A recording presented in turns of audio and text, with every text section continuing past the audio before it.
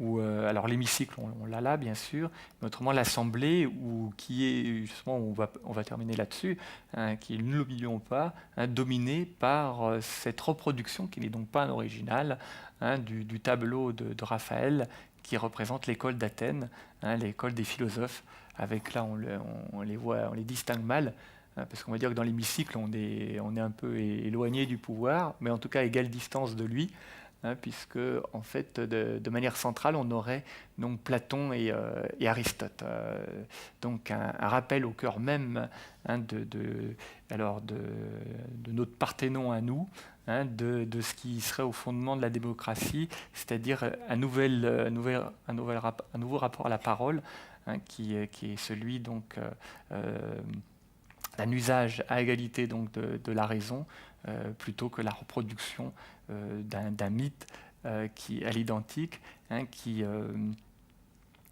comment dire monopolise, comme je vais essayer de cesser de le faire, hein, la parole qu'à son propre avantage. Voilà, je vous remercie. Et puis si vous avez des questions, je suis tout à l'écoute. Et je reparlerai à ce moment-là de l'espace. Merci.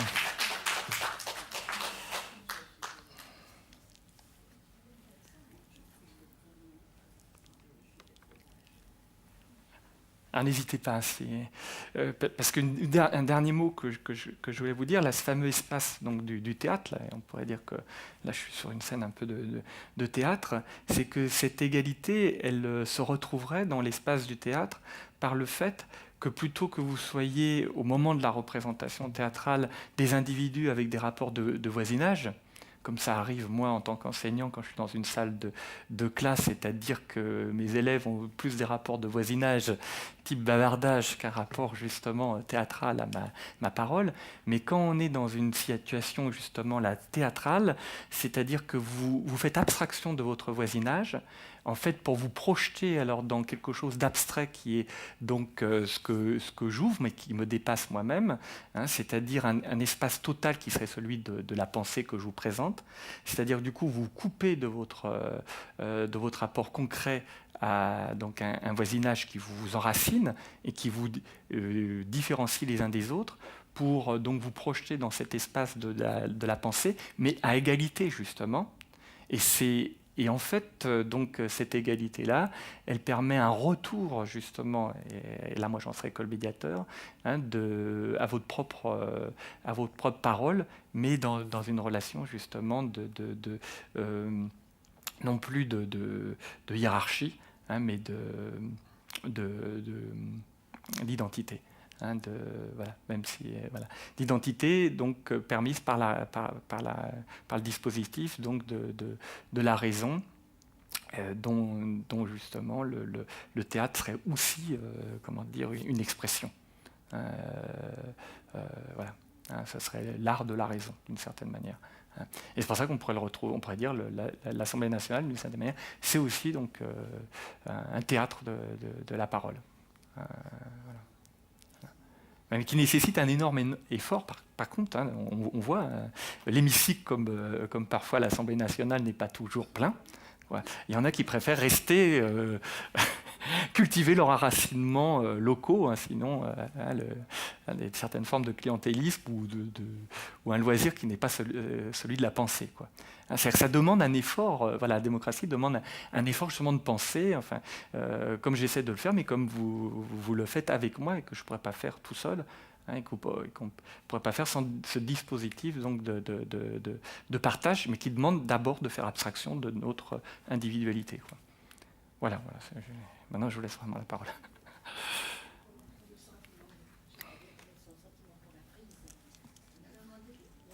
Oui. Quel est votre sentiment, monsieur, s'il vous plaît, Oui. pour la prise du Parthénon entre grec et anglais?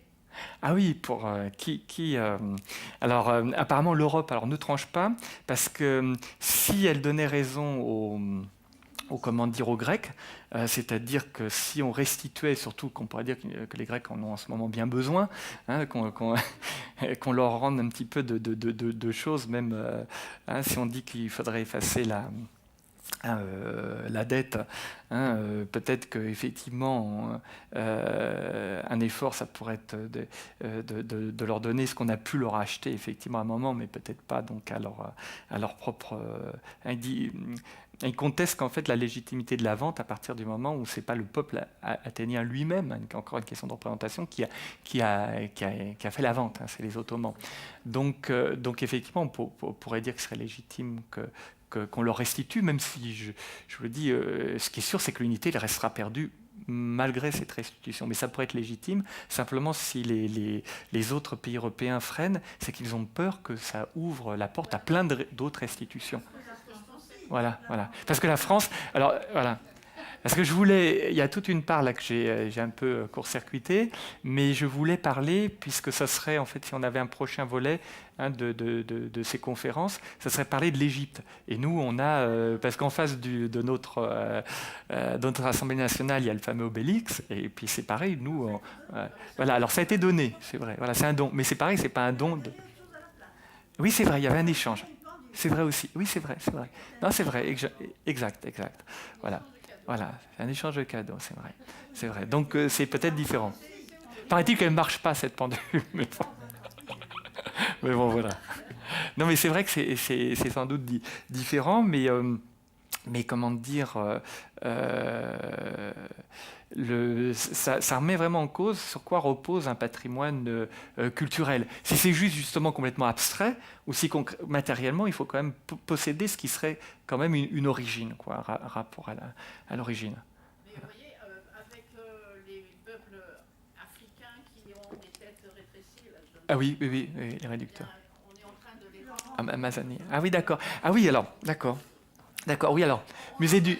Oui, alors c'est vrai qu'il y a eu tout un... Alors c'est aussi intéressant parce que, effectivement, après avoir méprisé tout ce qui était, alors au nom d'une culture classique qui serait notre identité culturelle européenne occidentale, c'est-à-dire bon, voilà, qui serait donc grecque et tout ça, on en discuterait justement dans notre conférence. Il s'est aussi tranché que cela, mais par rapport donc à la valorisation d'un certain patrimoine qui serait le patrimoine occidental, on a commencé lorsque, comme les Grecs ont colonisé, on a commencé à complètement mépriser ce qui pourrait être d'autres formes entre guillemets d'art.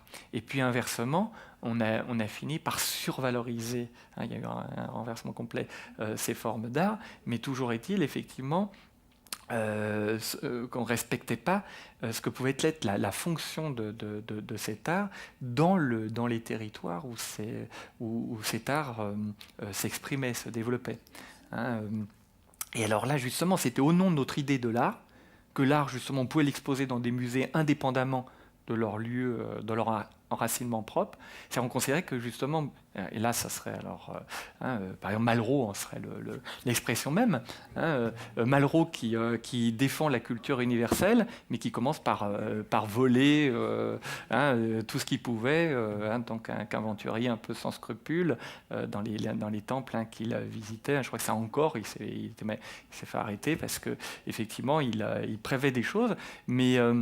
alors après, il le faisait avec la photographie, comme moi, donc c'est déjà moins dangereux, mais ce rapport comme ça à une idée d'art universel peut effectivement faire violence à des peuples qui n'ont pas cette même idée d'universel, voire même d'art, qui n'ont pas ce même concept, et qu'on va déposséder justement d'une part de leur identité, ou justement de ce qui ferait leur différence à eux, effectivement.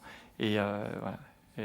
Et c'est sûr que effectivement le mouvement là ça serait effectivement oui de leur rendre ou comme le musée du Quai Branly d'exposer d'une manière complètement neuve en respectant de ce qui serait une irréductible altérité, distance ou un caractère complètement incompréhensible de ce que seraient ces manifestations humaines, mais autres, alors qu'on les a réduites, comme ces têtes étaient au départ réduites, quoi.